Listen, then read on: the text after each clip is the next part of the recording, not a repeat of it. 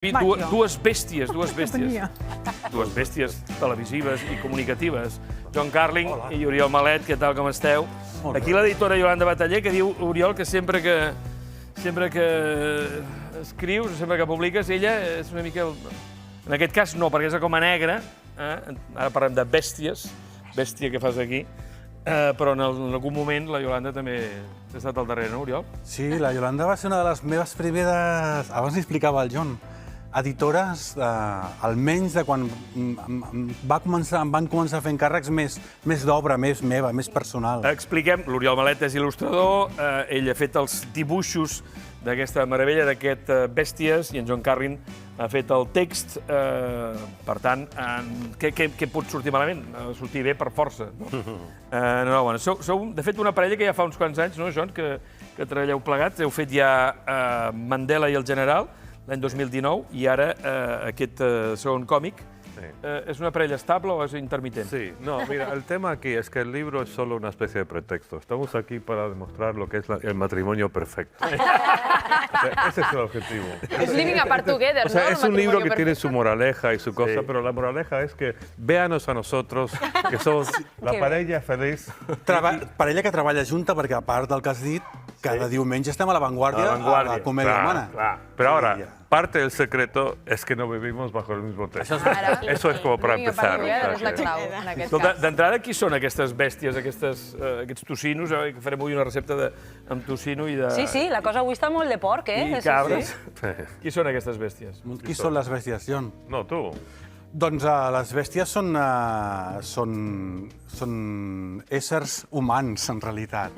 Perquè hem fet servir les bèsties, els animals, per parlar de la condició humana. Com va fer Orwell. Com va fer Orwell, i com va fer Orwell d'una especificitat que ens caracteritza molt, que és aquesta cosa que ens passa quan assolim el poder.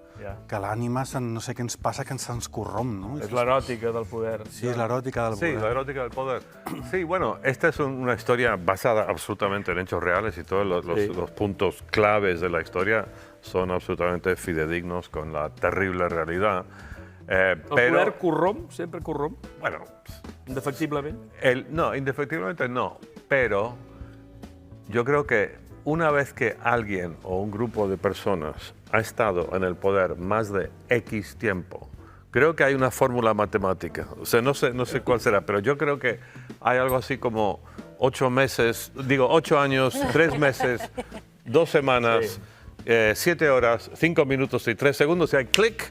El ser humano, independientemente de cuál sea la circunstancia, de repente le devora el poder, la vanidad del poder, puede ser el dinero, pero yo creo que más que nada es el alimento al ego, que se vuelve algo, una droga que no puedes dejar. No sé si hi ha molts punts d'inspiració, però tu vas ser corresponsal a Amèrica Llatina, Centroamèrica, vaja, a Nicaragua, ¿no? Sí. No sé si hi ha algun punt... Sí, no, esto está basado en una historia muy real de Nicaragua, que es la historia de rebelión en la granja de Animal Farm, en inglés, George Orwell.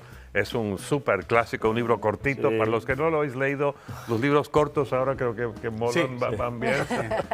Y es una alegoría con animales, pero es fantástica, una historia de gente que toma el poder contra la tiranía con grandes y nobles ideales, llegan al poder, llegan al gobierno y al poco tiempo se corrompen y se vuelven iguales o peores que los que derrocan. Y esta es la historia de Rebelión en la Granja, que es una alegoría de la Unión Soviética, y lo nuestro es lo de Nicaragua. Pero es que una cosa que queremos enfatizar mucho, Oriol y yo, es que este es un caso, sí, extremo y real, pero se puede aplicar a casi todas las circunstancias de la vida.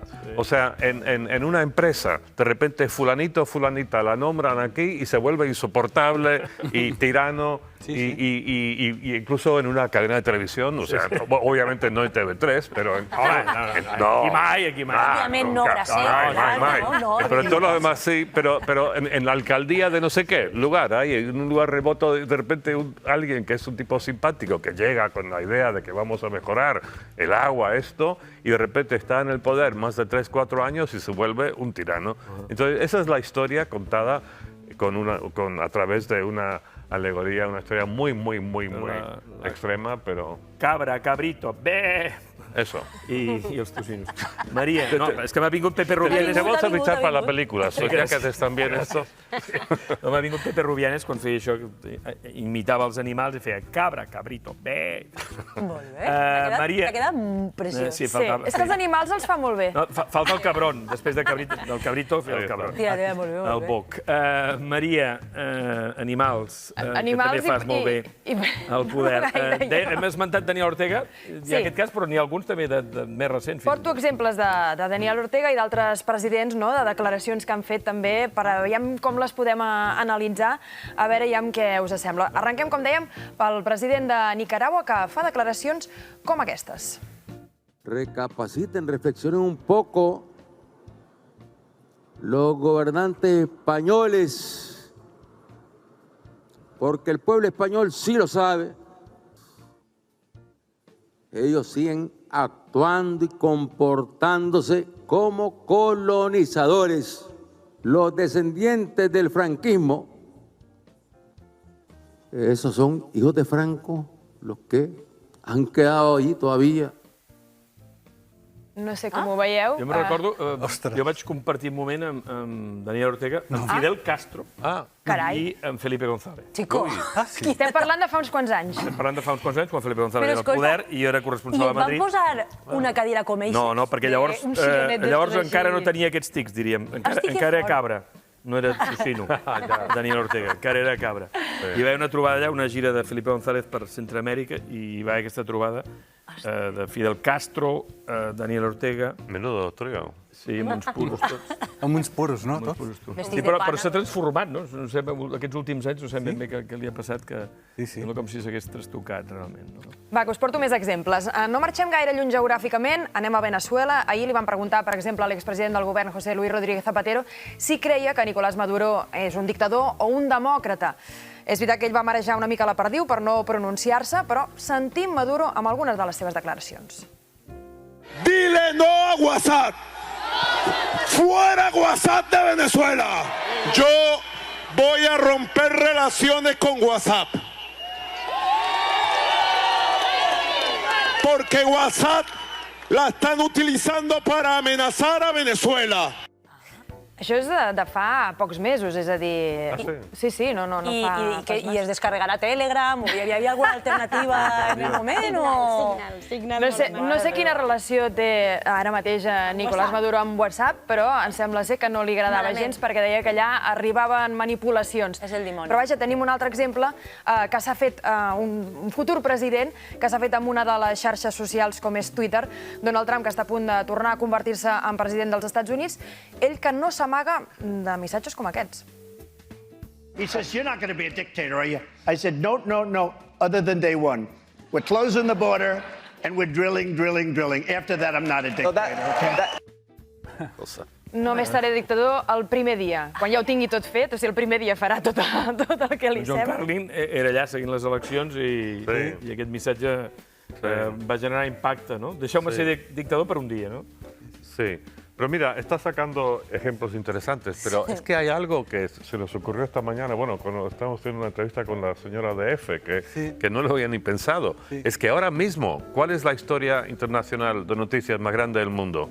Síria. Síria. És que... No, és el que em quedava. És el que em quedava per acabar de reblar. No, precisament és això, que el llibre de bèsties arriba just quan la situació a Síria és notícia, ha canviat de dalt a baix. Els rebels han fet caure el règim de Bashar al-Assad després de 13 anys de guerra civil.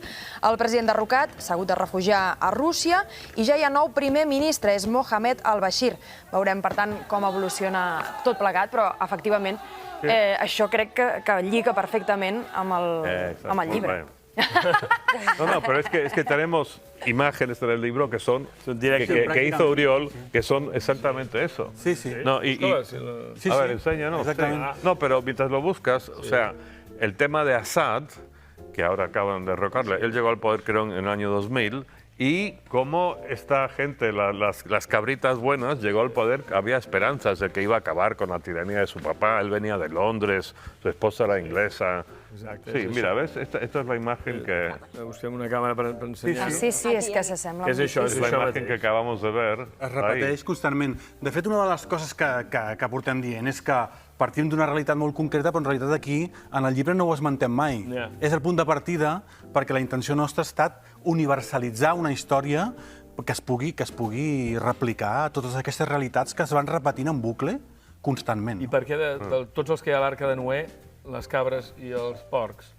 Els porcs ho teníem molt clar, perquè com que anàvem a fer una mena de revisió Orwell, doncs els porcs, pobrets, amb els únics que són sempre... Són molt intel·ligents. Sí, més que jo segur, però clar, és que... No me siento mal, o sea, creo que los hemos tratado mal, als porcs. Sí, en general se'ls tracta malament. Heu de demanar disculpes als porcs. Sí, formalmente quiero...